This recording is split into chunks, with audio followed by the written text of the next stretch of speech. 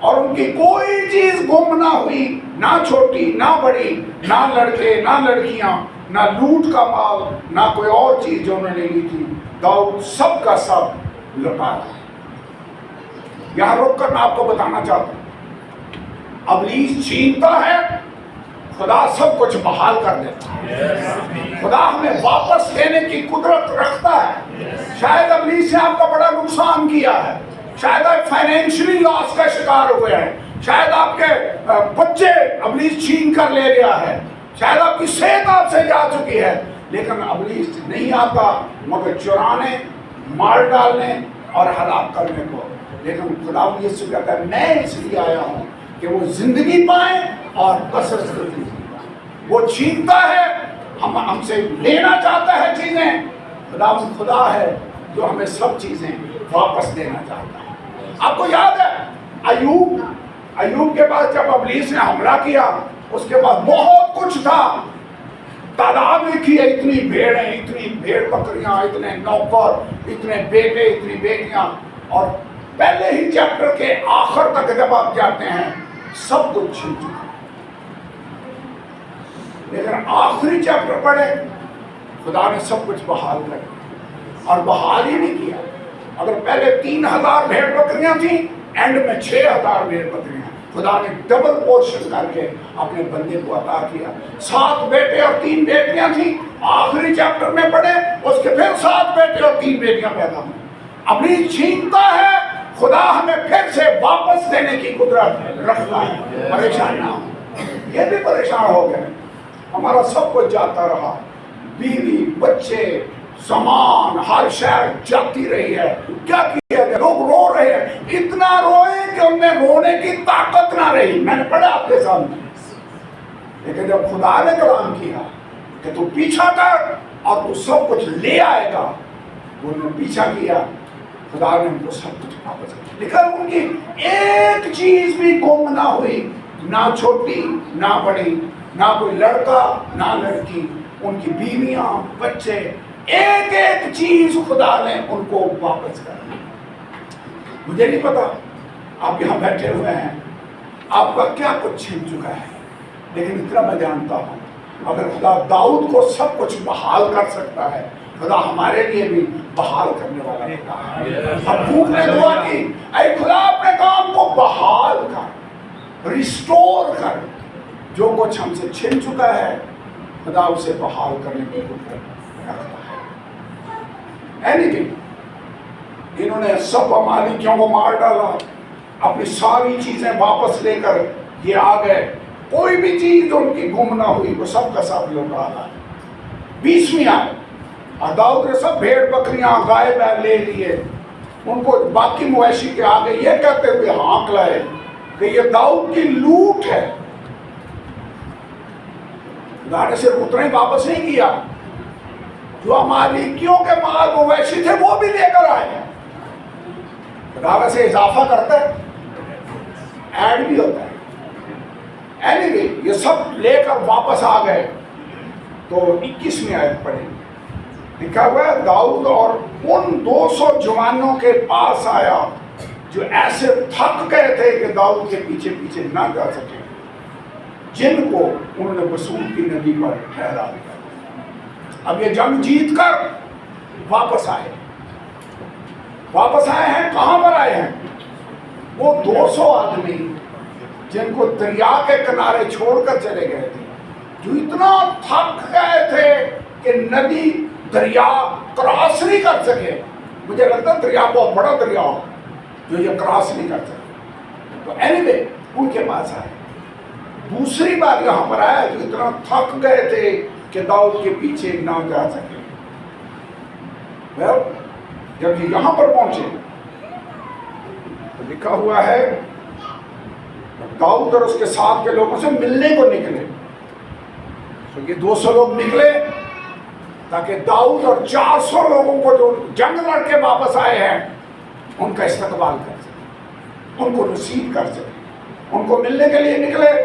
اور جب داؤد ان لوگوں کے نزدیک پہنچا تو ان سے ان کی خیر و عافیت پوچھی۔ تب ان لوگوں نے جو داؤد کے ساتھ گئے تھے، جو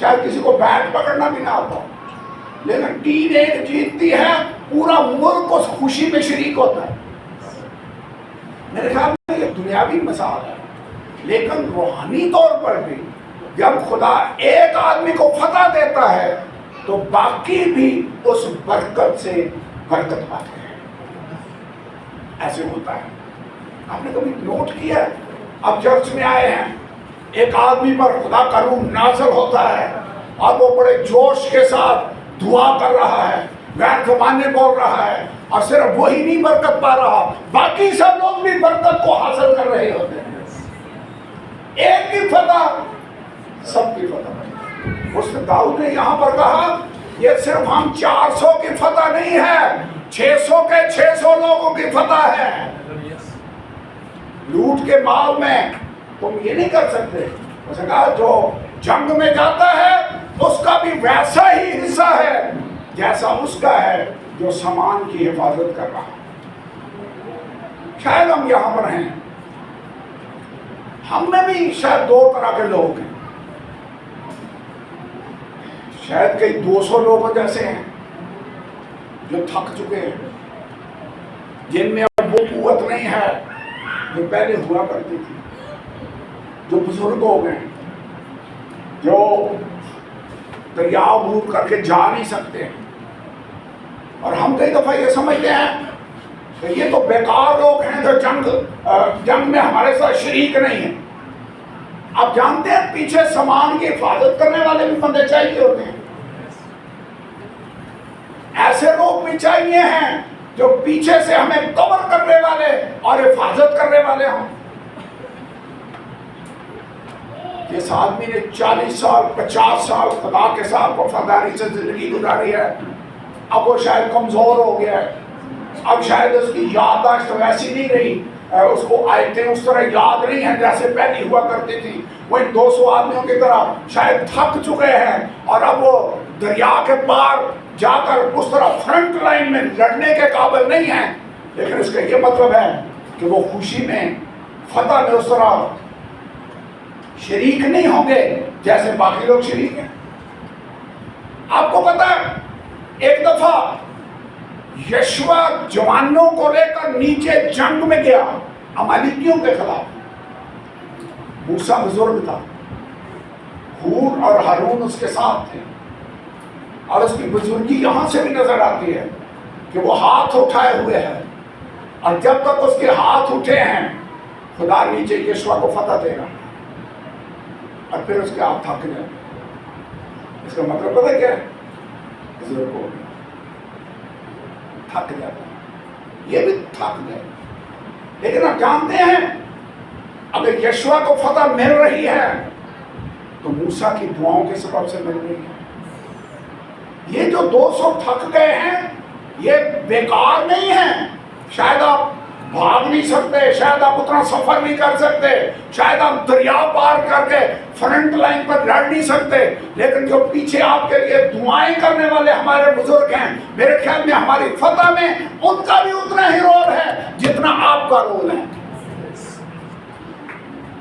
میں خدا کا شکر ادا کرتا ہوں۔ لیکن اس کے بعد وہ لوگ جو جنگ میں آگے جاتے ہیں ہمیں ان کے بھی شکر گزار ہونا چاہیے، جن کو خدا نے قوت دی ہے، جن کو طاقت دی ہے، ان کو ہمیں انکریج کرنا چاہیے۔ اس لیے تو بائبل کے اندر لکھا ہے خوشی کرنے والوں کے ساتھ خوشی کرو، ہنسنے والوں کے ساتھ ہنسو، اور رونے والوں کے ساتھ۔ اس کا مطلب ایک آدمی اگر خوش ہے اس کی برکت میں ہم شریک ہیں، ایک آدمی اگر غمگین ہے ہم اس کے غم میں بھی شریک ہوں۔ ایک آدمی کی فتح پوری قوم کی فتح بن سکتی ہے۔ ہم فتح پانا چاہتے ہیں اور اوروں کو اس فتح میں شریک کرنا چاہتے ہیں۔ ویسے خدا کا اپنا حساب ہے برکت دینے کا اور ریوارڈ دینے کا۔ کیا آپ جانتے ہیں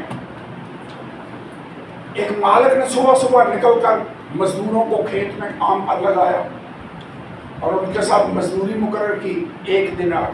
یاد ہے تمثیل نے سنائی۔ پھر 12 بجے کچھ مزدوروں کو لگایا، انہوں نے کہا جو مناسب ہوگا تمہیں بھی مل جائے گا۔ پھر شام کو 1 گھنٹہ دن رہ گیا، ان کو بھی کام پر لگا لیا، جنہوں نے صرف 1 گھنٹہ کام کیا۔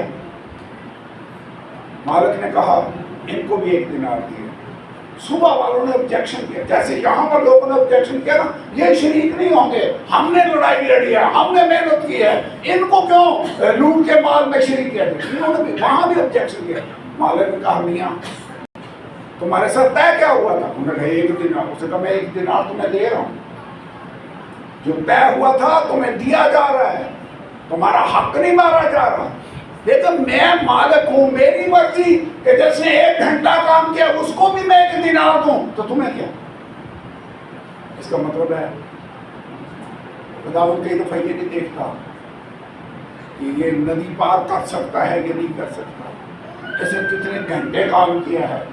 کئی دفعہ خداوند وفاداری دیکھتا ہے کہ اس کو بلایا ہی میں نے 5 بجے تھا اور یہ اس نے میری بلاہٹ کا جواب دیا، یہ جتنی دیر رہا اس نے وفاداری اور دیانتداری سے کام کیا ہے، خدا اس کو بھی ریوارڈ ویسا ہی دے۔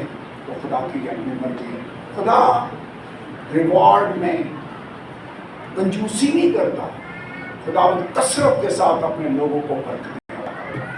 شاید آپ یہاں بیٹھے ہیں، آپ کو 2 مہینے ہوئے خدا کے ساتھ چلتے ہوئے، خدا آپ کو بھی ویسی فتح دے سکتا ہے جو ان کو دے گا جن کو 50 سال ہو گئے خدا کے ساتھ چلتے، ہو سکتا ہے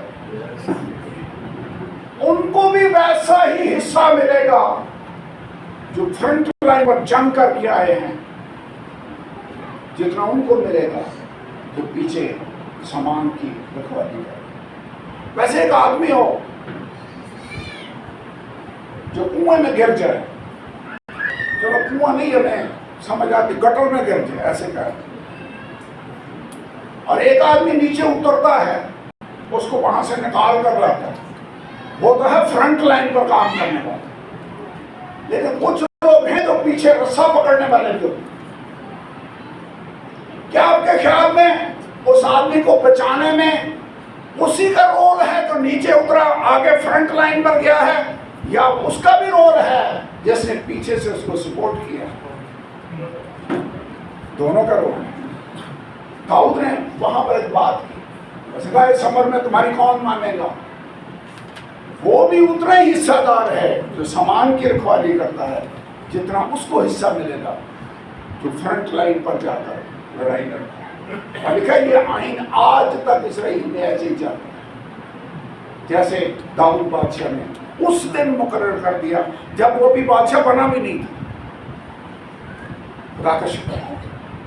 آج میری آپ سے ریکویسٹ یہ ہے کہ بے شک ہم اپنے آپ کو تھکا ہوا فیل کرتے ہوں، تو مجھ میں وہ زور نہیں ہے، میں یشوع اور کالب کی طرح ویسا سٹرانگ نہیں ہوں، لیکن آپ پیچھے اگر سامان کی حفاظت کرنے والے ہیں، پیچھے سے دعا کرنے والے ہیں، پیچھے سے رسہ تھامنے والے ہیں، خدا آپ کو بھی ویسا ہی اجر دے گا جیسا ان کا جو فرنٹ لائن پر جا کر لڑائی لڑتے ہیں۔ یہاں کئی مشنری آتے ہیں جو دوسرے ملکوں میں جا کر خدمت کرتے ہیں، آپ کو پتہ ہے کئی پیچھے سے ان کے لیے دعائیں کرنے والے بیٹھے ہیں، کئی پیچھے سے ان کو فائنینشل مالی مدد بھیجنے والے بیٹھے ہوتے ہیں۔ میرے خیال میں خدا ان کو بھی ویسے ہی اجر دے گا جیسا ان کو آگے جا کر دیگر ملکوں کے اندر، دیگر مذاہب کے اندر، دیگر قوموں کے اندر خدمت کرتے ہیں۔ میرے خیال میں پیچھے سے سامان کی حفاظت کرنے والے بھی برابر کے شریک ہوں گے، دعائیں کرنے والے بھی برابر کے شریک ہیں۔ میں آپ کو انکریج یہ کرنا چاہتا ہوں کہ ہم سب کے سب کلیسیا ہیں، اور یہ کلیسیا صرف اسلام آباد کی کلیسیا نہیں ہے، کلیسیا عالم کی کلیسیا ہے، اور ہمیں ایک دوسرے کی دعا کرنے کی ضرورت ہے، ایک دوسرے کی خوشی میں شریک ہونے کی ضرورت ہے، ایک دوسرے کو سپورٹ کرنے کی ضرورت ہے، کیونکہ ایک کی فتح سب کی فتح ہے۔ اگر خدا کسی کو برکت دے رہا ہے، آئیے اس سے جالس نہ ہو، اس کے لیے اور برکت ملے گا۔ ایسے کہ میں پیچھے سپورٹ کرنے والا بننا چاہتا ہوں، اور آپ جانتے ہیں آسمان کا خدا آپ کو بھی ویسی ہی برکت دے گا جیسی اس کو دے رہا ہے جو آگے جا کر جنگ لڑتا ہے۔ آئیے کھڑے ہوں، دعا کریں، خدا ان کا شکر ادا کرنا چاہتے ہیں۔ آج اس واقعہ سے جو سبق ہمیں سیکھا ہے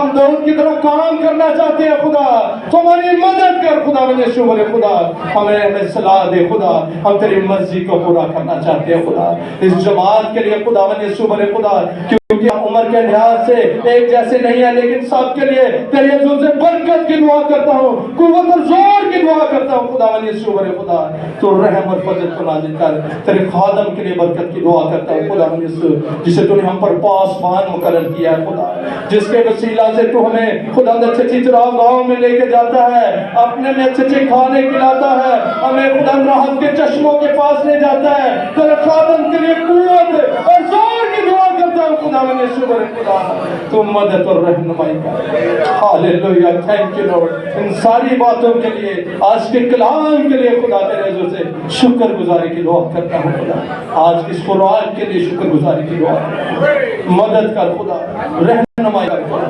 مسیح خداوند کے فتح مند نام میں یہ دعا مانگتے ہیں، آمین۔ آپ سب بیٹھے تشریف رکھیں۔